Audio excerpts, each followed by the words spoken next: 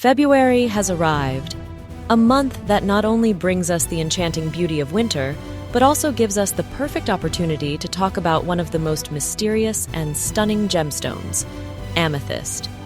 Today, I'm excited to present some extraordinary royal amethyst jewels that once adorned monarchs and continue to captivate us with their beauty. But before we dive into the jewels themselves, let's take a moment to talk about amethyst as a gemstone. With its deep purple hue, amethyst has long been considered a symbol of power, wisdom, and tranquility. In ancient times, it was a privilege reserved for the elite, worn with pride by royalty and nobility. Legends even attributed magical properties to amethyst, such as the ability to protect against intoxication and bring mental clarity. In fact, the name amethyst comes from the Greek word amethystos, meaning not drunk.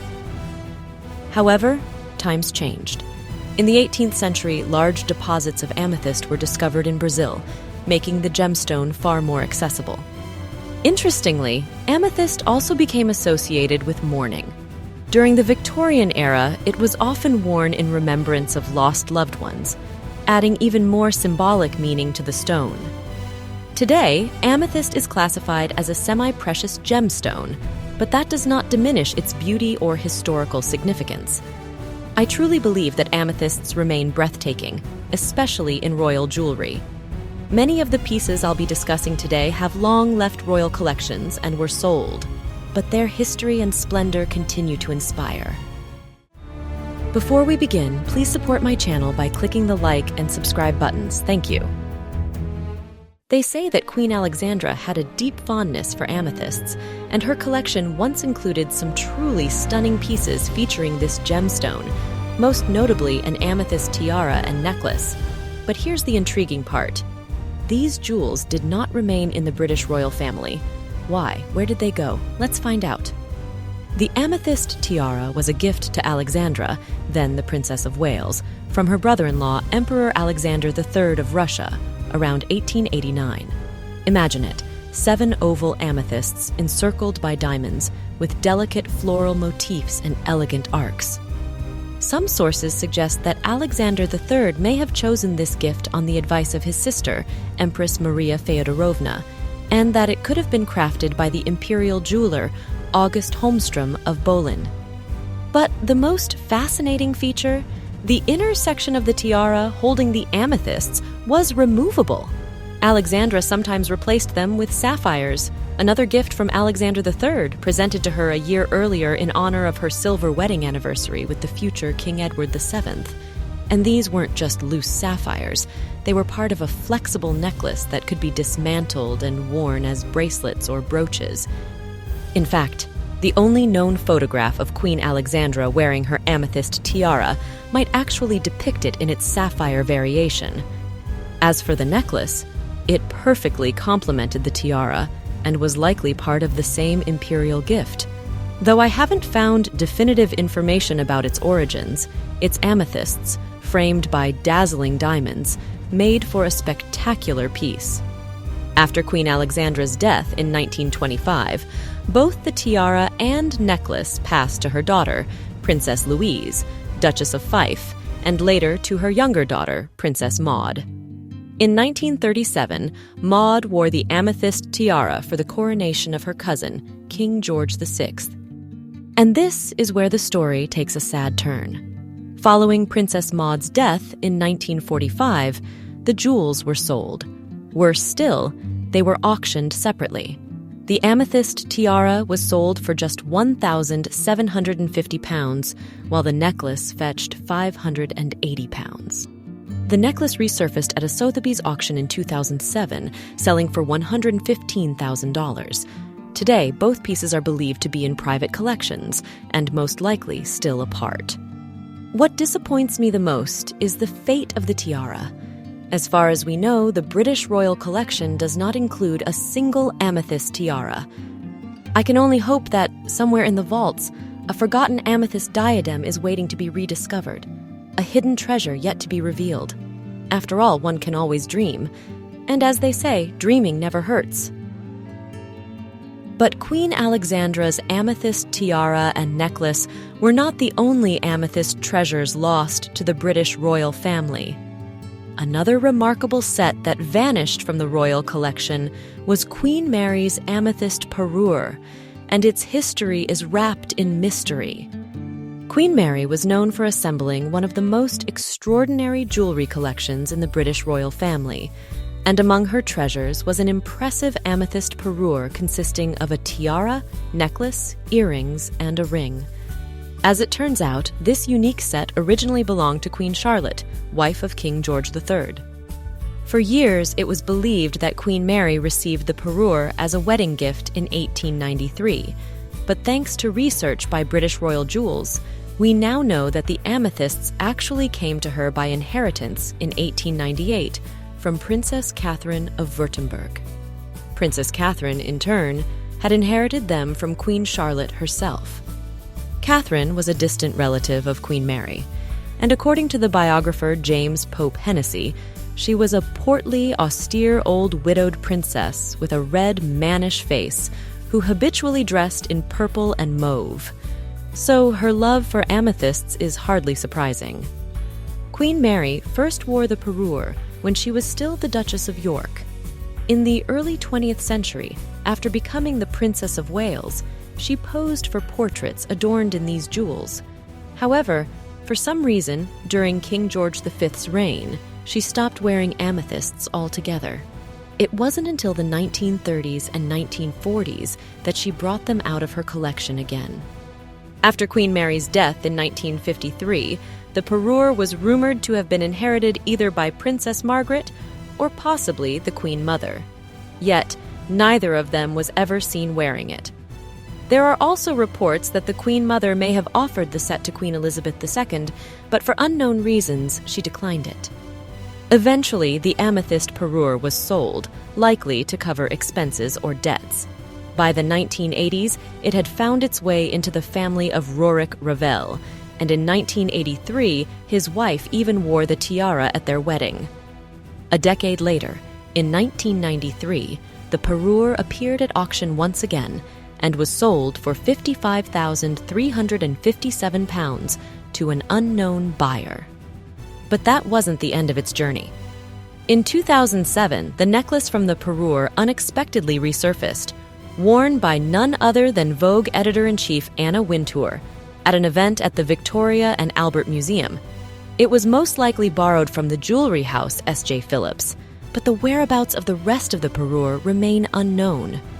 I don't know about you, but I find it incredibly disappointing that all these magnificent jewels have left the royal family. Unfortunately, there is nothing left for us to do but accept the reality of their fate. The British Royal Collection does, in fact, still hold one amethyst parure, which has fortunately survived to this day and remains one of the oldest jewelry sets in the royal collection. However, Queen Elizabeth II only wore it in its entirety once. There is hope that we might see it again in the near future, as this set has a fascinating history, linked to one of the most dramatic moments of the 19th century. This is the Kent Amethyst Parure, whose origins are tied to the tragic death of Princess Charlotte of Wales, the only daughter of the future King George IV. In 1817, she died in childbirth, plunging Britain into a succession crisis. The country was left without a direct heir to the throne. This event prompted George IV's brother, the Duke of Kent, to marry Princess Victoria of Saxe-Coburg-Saalfeld, and their union laid the foundation for a new royal line. Their daughter, the future Queen Victoria, would inherit the British throne, while her mother, the Duchess of Kent, became the first owner of this amethyst parure. The parure was created in the first half of the 19th century, and its design reflected the trends of the era. Amethysts were traditionally associated with mourning, and the Duchess of Kent, who lost her husband just a year after their daughter's birth, frequently wore jewelry featuring these gemstones. One of her portraits depicts her wearing a dramatic shell-shaped brooch set with a large amethyst and 3 pendants. After the Duchess's death in 1861, the parure was inherited by Queen Victoria, who added it to the crown heirlooms. The set included a necklace, a pair of hair combs, earrings, and 3 brooches, though the most recognizable piece today is the brooch, which can be worn with or without its pendants. When Queen Elizabeth II inherited the parure in 1952, she rarely wore it in full. The only known occasion when she wore the complete set was during her state visit to Portugal in 1985. She paired the girls of Great Britain and Ireland tiara with the necklace, earrings, and brooch with pendants, allowing the amethysts to shine in all their glory. Many jewelry experts speculate that the 2 additional brooches in the set may have been used to extend the necklace, explaining differences in the design of its segments. However, out of all the elements, the brooch became Queen Elizabeth II's favorite piece. She regularly wore it at official events, particularly in the later years of her reign. Most often, she preferred to wear it without the pendants, but on occasion, she would wear it in its full configuration. The other pieces of the parure remain a mystery. The hair combs mentioned in historical descriptions have never been seen in public. It is unclear whether they still exist. The earrings and necklace have also been missing from public view for decades, but it would be fascinating to see them again. Who knows? Perhaps in the future, Queen Camilla or the Princess of Wales, Catherine, might decide to bring these amethysts back to life, incorporating them into their ensembles. Now, I want to tell you about another remarkable amethyst demi-parure, which unfortunately no longer belongs to a royal family, as it was sold at auction. This is the Bavarian Amethyst Parure, also known as Queen Amalia's Parure. The history of these amethysts dates back to the early 19th century, with Queen Therese of Bavaria, wife of King Ludwig I. Therese was born a princess of Saxe-Hildburghausen, and her 1810 wedding to Crown Prince Ludwig went down in history. It was the occasion that inspired the very first Oktoberfest celebration. 15 years later, Ludwig ascended to the throne, and Therese became queen. It appears that her amethysts were originally part of separate jewelry pieces, as a portrait of her by Carl Joseph Begas in the 1820s shows clusters of amethysts adorning her gown. These stones were later assembled into a necklace featuring large oval amethysts framed by diamonds in a classic and elegant design. Eventually, a pair of earrings was created from some of the amethysts, forming a complete demi-parure. When Queen Therese passed away in 1854, she bequeathed these amethysts to her second son, King Otto of Greece. Otto had been elected the first king of Greece in 1832, ruling for 30 years before being deposed. He brought the amethysts with him to Greece, and they eventually became associated with his wife, Queen Amalia. Within the royal family, they were simply known as Queen Amalia's Parure, though there are no confirmed images of her wearing the jewels. After Queen Amalia's death in 1875, the parure returned to Bavaria and was passed down through generations. It first went to Otto's nephew, Prince Ludwig Ferdinand of Bavaria, who was married to Infanta Maria de la Paz of Spain. The jewels were then inherited by their son, Prince Adalbert, and later by his son, Prince Constantine. In the 20th century, the amethysts ended up in the possession of Prince Leopold of Bavaria, a well-known race car driver and prominent figure in Bavarian nobility. Despite their long history, these jewels weren't just kept in storage, they were worn. For instance, in 2005, Princess Ursula of Bavaria, Prince Leopold's wife, wore them at their son Prince Manuel's wedding. The following year, she wore the amethysts again for the 60th birthday celebration of King Carl XVI Gustaf of Sweden, with whom the Bavarian family had a close connection. Then, in 2010, Princess Anna of Bavaria, wife of Prince Manuel, wore the set for the gala dinner before the wedding of Crown Princess Victoria of Sweden. Unfortunately, just a few years later, the family decided to part with the amethysts. In 2013, Prince Leopold and Princess Ursula of Bavaria put them up for sale at Sotheby's in Geneva. The amethyst necklace and earrings fetched 130,000 Swiss francs, far exceeding the pre-sale estimate of 80,000 francs. Since then, their whereabouts remain unknown. And now we've reached the grand finale, the piece without which this video simply wouldn't be complete. The Swedish Amethyst Parure is a true gem of the royal collection. It is mesmerizing, frequently worn by members of the royal family, and personally, it fascinates me every single time I see it. The history of this jewelry set dates back to the First French Empire, and what makes it even more remarkable is its direct connection to Empress Josephine, the first wife of Napoleon Bonaparte. She gifted this magnificent parure to her granddaughter, Princess Augusta Amalia of Bavaria, on the occasion of her wedding to Eugene de Beauharnais, Duke of Leuchtenberg. Later, their daughter, Princess Josephine of Leuchtenberg, brought these jewels to Sweden when she married Crown Prince Oscar, the future King Oscar I.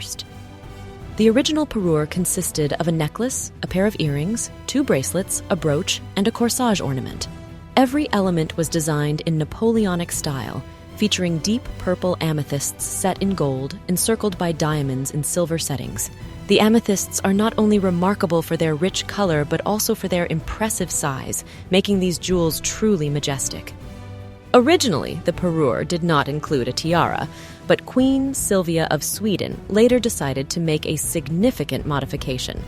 Since the necklace was too heavy to wear comfortably, she had it mounted on a tiara frame, transforming it into an elegant diadem.